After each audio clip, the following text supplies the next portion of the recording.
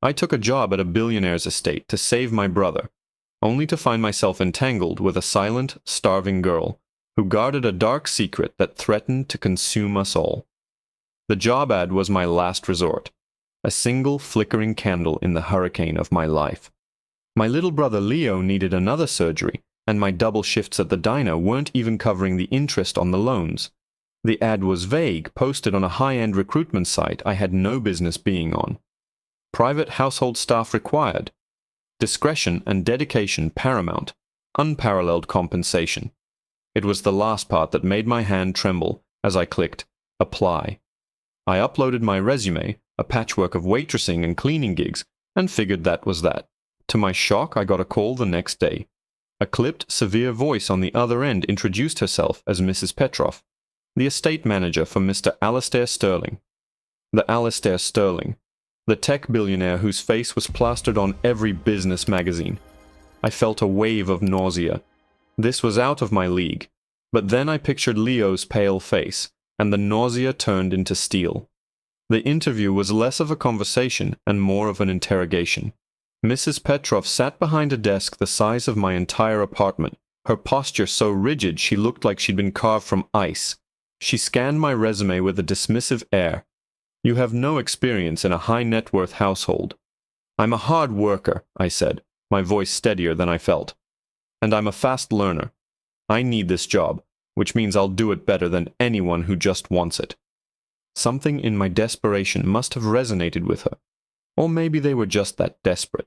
She explained the position was primarily to care for Mr. Sterling's 8-year-old daughter, Ilara.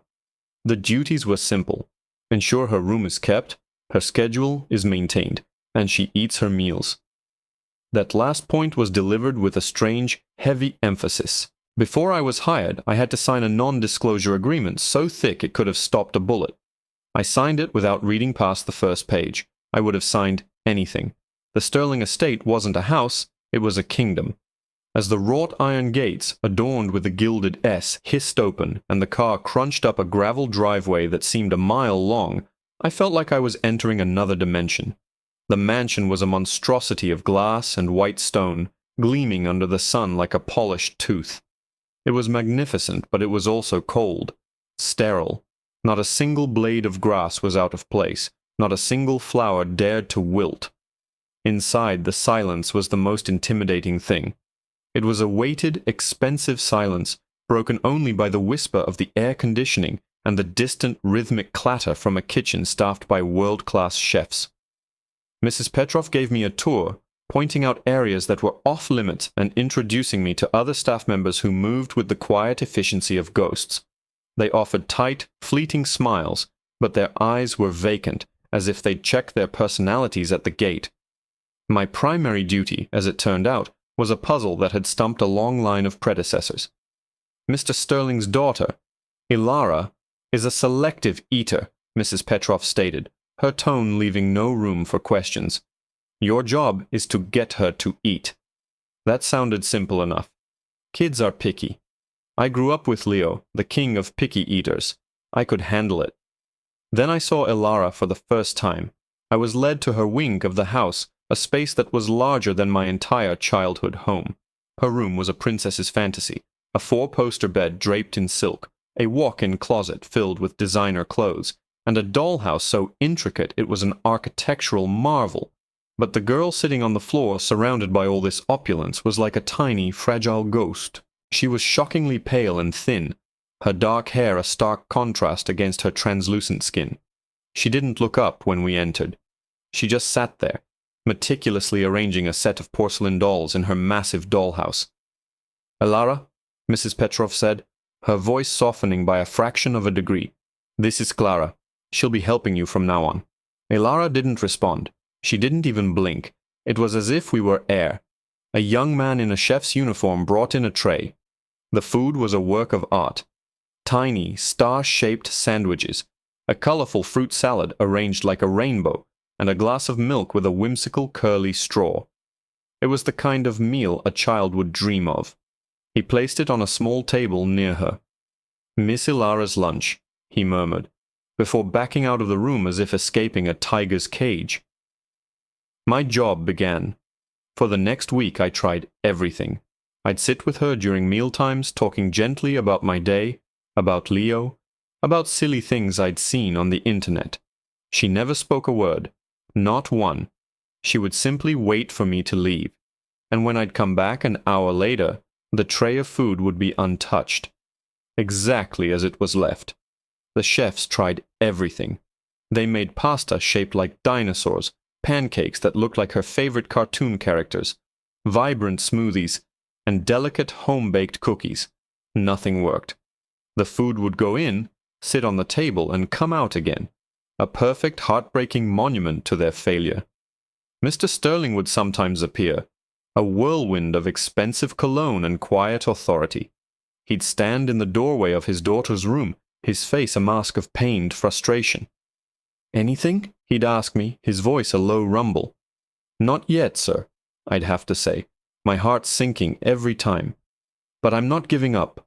He'd nod, his jaw tight, and then he'd be gone again, off to conquer the world while being utterly defeated in his own home. I knew my time was running out. I'd seen 2 other staff members, a gardener and a junior housekeeper, dismissed for minor infractions. The turnover was brutal.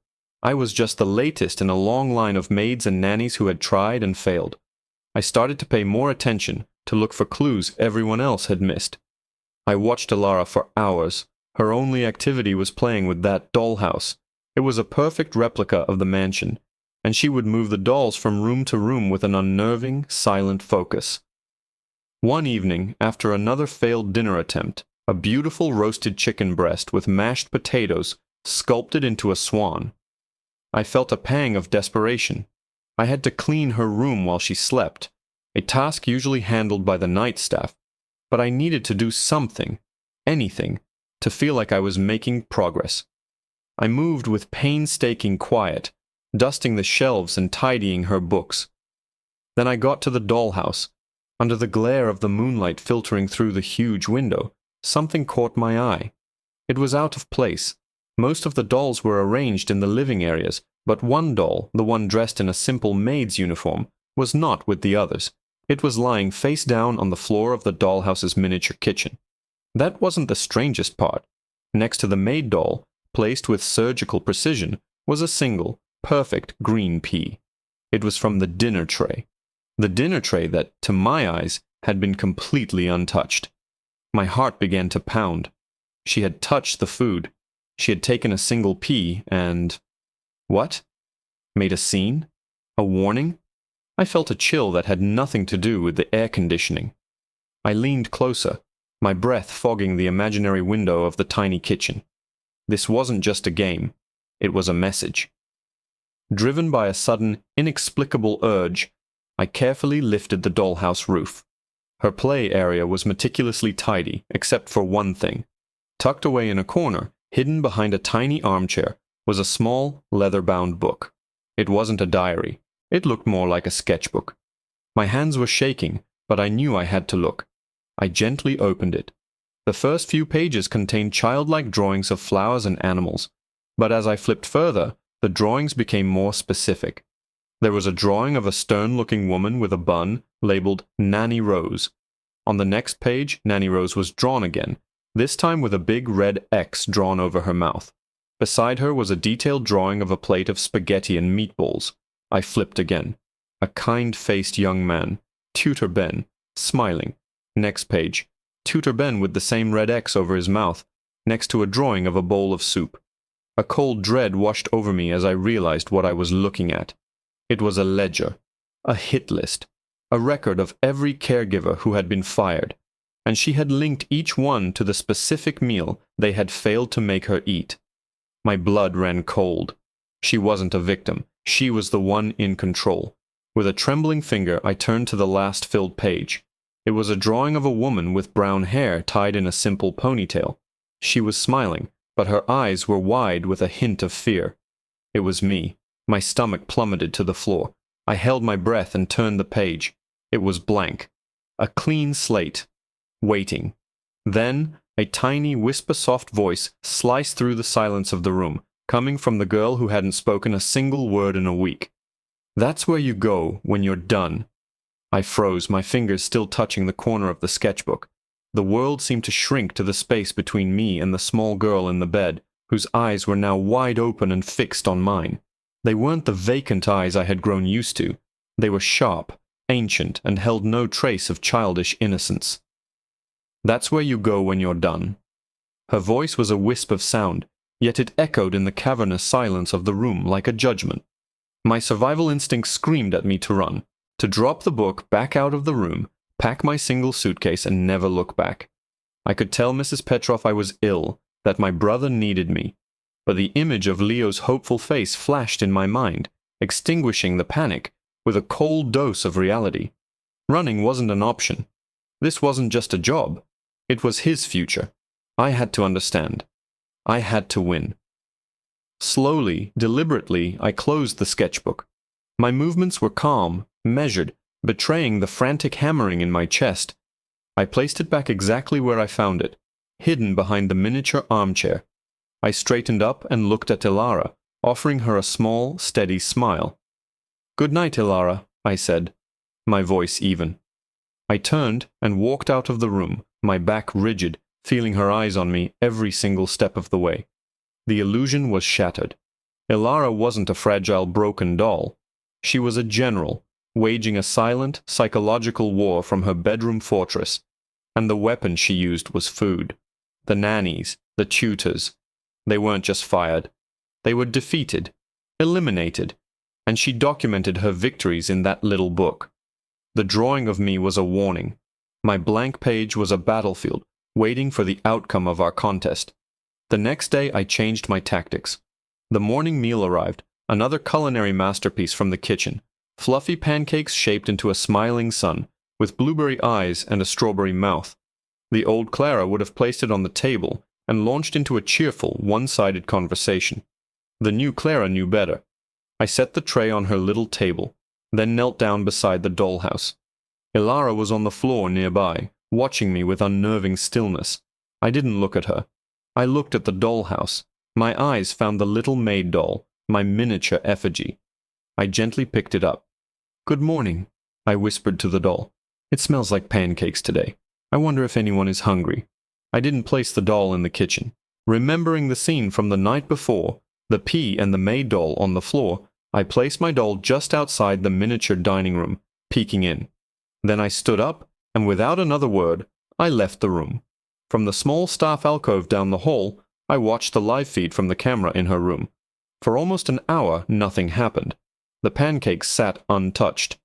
Ilara sat unmoving. Then she crawled over to the dollhouse.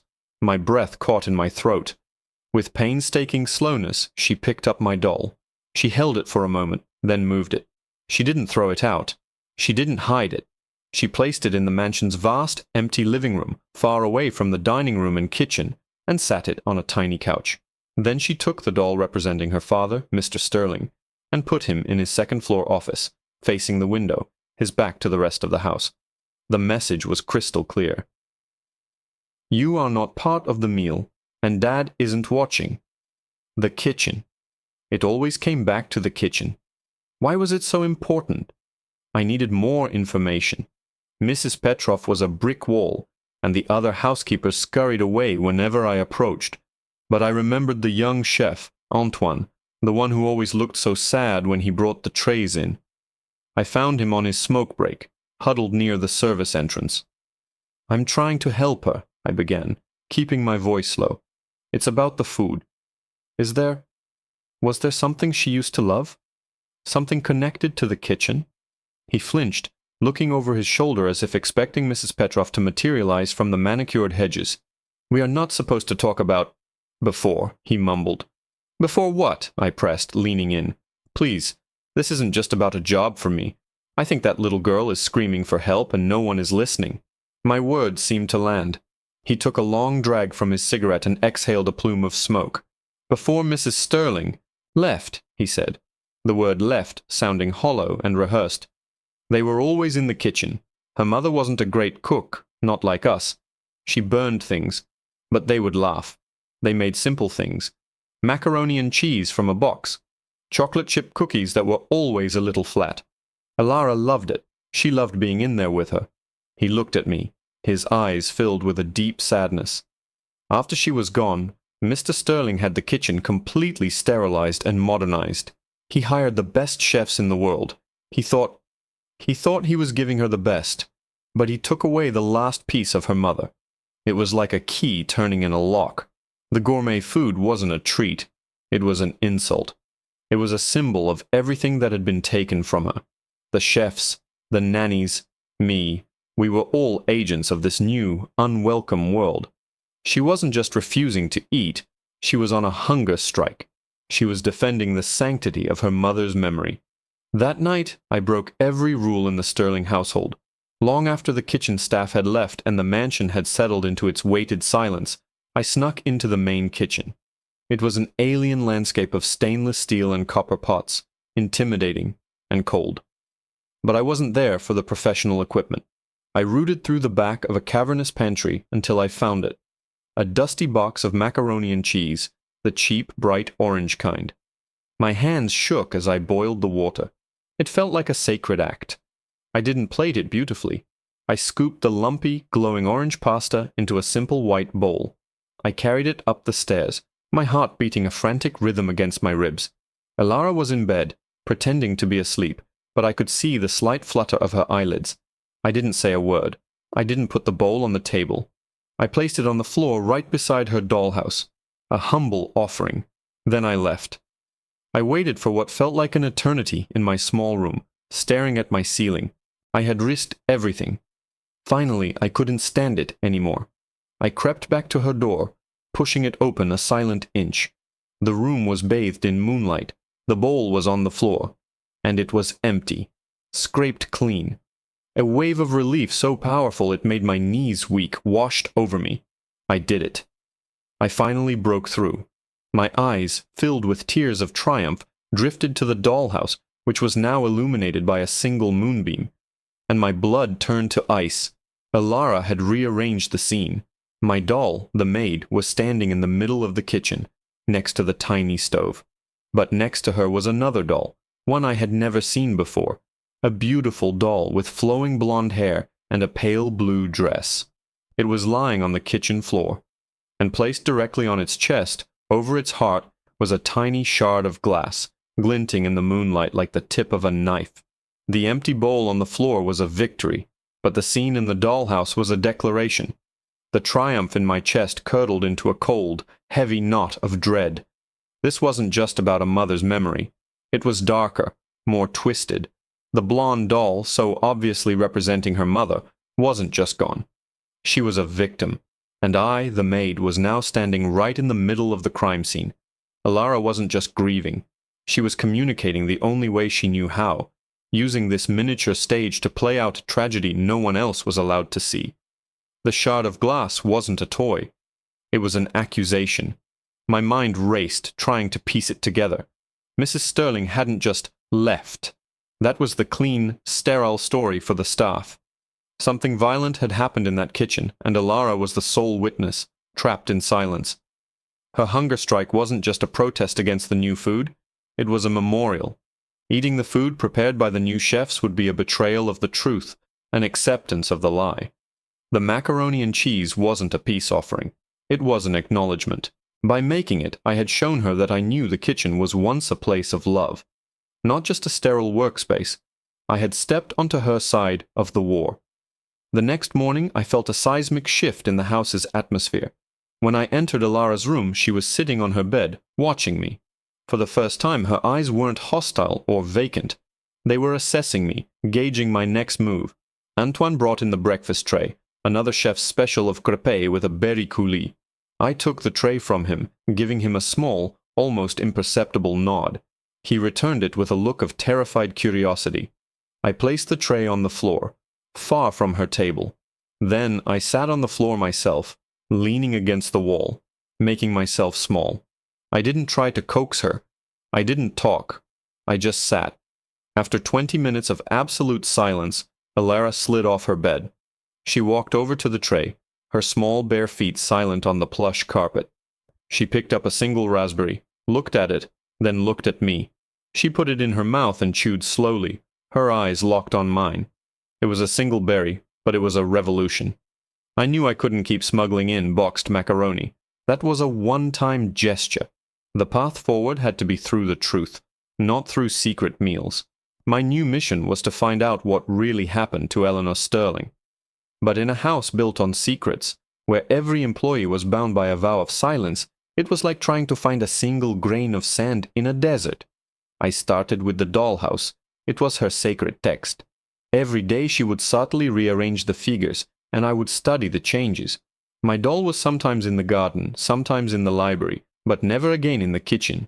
The mother doll, however, remained on the kitchen floor. But now other dolls started to appear around her. The Mr. Sterling doll was often placed in his office, looking out the window, his back to the scene. But sometimes a new figure would show up, a male doll in a dark suit, one I didn't recognize. He would be placed at the kitchen door, watching. Who was he? My break came from an unexpected source. One of the older housekeepers, a woman named Maria who had been with the Sterlings for over a decade, saw me studying the dollhouse one afternoon. She was usually as silent as the rest, but that day she lingered at the door. "You're good with her," she whispered, her voice raspy from disuse. "You have kind eyes, like her mother." This was my chance. "Maria," I said softly, not taking my eyes off the miniature crime scene. The other staff, the nannies that were let go. Was it really just because she wouldn't eat? Maria's face tightened. She wrung her hands in her apron. "Mr. Sterling, he cannot bear to be reminded. He wants everything to be perfect now. Quiet, orderly. Anyone who makes a ripple is removed." "What kind of ripple?" I pressed gently. "Did they ask questions?" She nodded, her eyes wide with fear. "The last one, Nanny Rose. She was smart. She saw things. She started asking about the accident, about the night Mrs. Sterling died. She cornered Mrs. Petrov, demanding to know why the official report said it was a slip and fall when things in the kitchen were broken, violently broken. My blood ran cold. A slip and fall. That was the lie. That was the story they were all forced to swallow. The broken things, the shard of glass on the doll's chest. Ilara was showing everyone the truth, but they had all refused to see it. Firing the nannies wasn't about Ilara's eating habits. It was a cover-up. They were fired for getting too close to the truth. And now, so was I. "Who was here that night, Maria?" I asked, my voice barely a whisper. "Besides Mr. Sterling?" Her eyes darted down the hallway. "His brother," she breathed, the words tumbling out in a rush. "Mr. Julian, he was here for dinner. They had a terrible argument, Mr. Alistair and him. Shouting. Mrs. Sterling tried to intervene. That's all I know. The next morning she was gone, and Mr. Julian was on a plane back to Europe. We were all told never to speak his name again. Julian Sterling. The doll in the dark suit. The watcher at the kitchen door. He was the missing piece. Alistair Sterling wasn't just a grieving widower. He was a man desperate to control a narrative, to bury a secret so deep that he was willing to sacrifice his own daughter's well-being to protect it. He hadn't just renovated the kitchen. He had sanitized a crime scene. That evening, armed with this terrifying new knowledge, I went online. I dug through old society pages, business articles, anything I could find on the Sterling brothers. Alistair was the golden boy, the celebrated genius. Julian was the shadow, the black sheep. There were whispers of failed ventures, of jealousy, of a bitter rivalry that ran deep. And then I found it. A small article from a European tabloid, dated the day after Eleanor Sterling's death. It mentioned Julian Sterling being involved in a minor altercation at a Monaco casino, resulting in a badly bruised and bandaged hand. My hands were shaking. An argument, a violent struggle in the kitchen, a man with an injured hand. It all clicked into place with horrifying clarity. I printed the article. It was reckless, stupid, a clear violation of my NDA, but I didn't care. Ilara deserved justice. She deserved to be free from the secret that was starving her. The next day during lunch, I didn't bring food. I brought the printed article. Ilara was sitting on the floor with her dolls. I knelt in front of her, and without a word placed the grainy photo of Julian Sterling with his bandaged hand beside the dollhouse. Ilara stared at it. Her face, usually so pale and controlled, crumpled. Her lower lip began to tremble. A single perfect tear rolled down her cheek. She looked from the picture to me, and for the first time she spoke to me in a full, clear sentence, her voice trembling with a child's unfiltered terror. He said Daddy did it. The words hung in the air, heavy and poisonous. My heart stopped. He said Daddy did it. Julian was framing his own brother. But before I could even process the horrific implication, the door to the room swung open. Mr. Alistair Sterling stood there, his face a thunderous mask of rage. He wasn't looking at his daughter. He was looking at the printed article in my hand, and the look in his eyes was one of pure, unadulterated fury. "What is the meaning of this?" he boomed, his voice shaking the entire room. He strode forward, snatching the paper from my grasp. Then he saw his daughter's tear-streaked face. His rage faltered for a second, replaced by a flicker of raw pain, before hardening again into something cold and terrifying. He turned his gaze back to me, and it was like staring down the barrel of a gun. "Mrs. Petroff," he roared, his voice echoing through the silent mansion. "Get her out of my house, now!" Mrs. Petroff materialized in the doorway, her face as impassive as ever, but I could see a flicker of grim satisfaction in her eyes. "Of course, sir," she said, her voice dripping with cold efficiency. She took a step towards me, her hand outstretched as if to physically remove me. But I didn't move. I was terrified, my heart hammering against my ribs, but the sight of Ilara's small, trembling form gave me a strength I didn't know I possessed. I held Mr. Sterling's gaze, my own filled with a defiance that shocked us both. "No," I said, my voice shaking but firm. "You don't get to do this again. You don't get to throw away another person who is trying to help your daughter. Look at her. She's starving, and it's not for food. It's for the truth." "You are a maid," Sterling spat, his face contorted with fury. "You know nothing. "I know your brother was here the night your wife died," I shot back, the words tumbling out before I could stop them. "I know they argued. I know Julian left the country with an injured hand. And I know your daughter thinks you are a monster because that's what your brother told her." The color drained from Alistair Sterling's face. He staggered back a step, looking from me to his daughter as if seeing her, truly seeing her, for the first time in months. The rage in his eyes was replaced by a wave of gut-wrenching anguish. He finally understood. The not-eating, the silence, the isolation. It was all born of fear. Fear of him. "Ilara," he whispered, his voice cracking. He took a hesitant step towards her, but she flinched, scrambling back until her back hit the dollhouse. That was my cue. I turned to Ilara, my voice soft. "Ilara, look at the dolls. Show me what happened." Slowly, her eyes still wide with fear, but a new glimmer of trust shining through.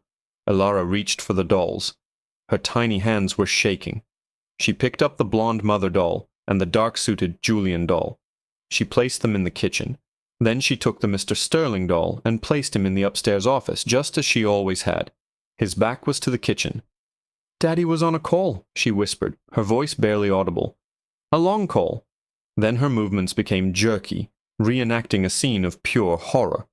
She made the Julian doll gesture angrily at the mother doll. She knocked over a tiny table. She picked up the shard of glass. I held my breath. Mr. Sterling let out a strangled sob.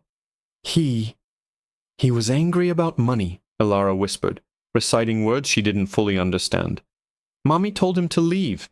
She said she was going to tell Daddy. He got mad. He pushed her." She made the Julian doll shove the mother doll, who fell backwards, hitting her head on the corner of the miniature stove. The shard of glass, representing a broken plate or glass, was clutched in the Julian doll's hand. "Then what happened, sweetie?" I urged gently. "He heard Daddy coming," she said, her voice trembling. "He ran. But he stopped. He looked at me." Her eyes locked with mine, filled with the memory of that terrible moment. "He said, Daddy was angry. Daddy pushed Mommy. Don't ever forget." The room was silent save for the sound of Alistair Sterling's ragged breathing. He sank to his knees, his billion-dollar empire, his power, his pride, all of it collapsing into nothing. He was just a father, looking at the ruins of his family. "I didn't know," he choked out, tears streaming down his face. Oh God, Alara.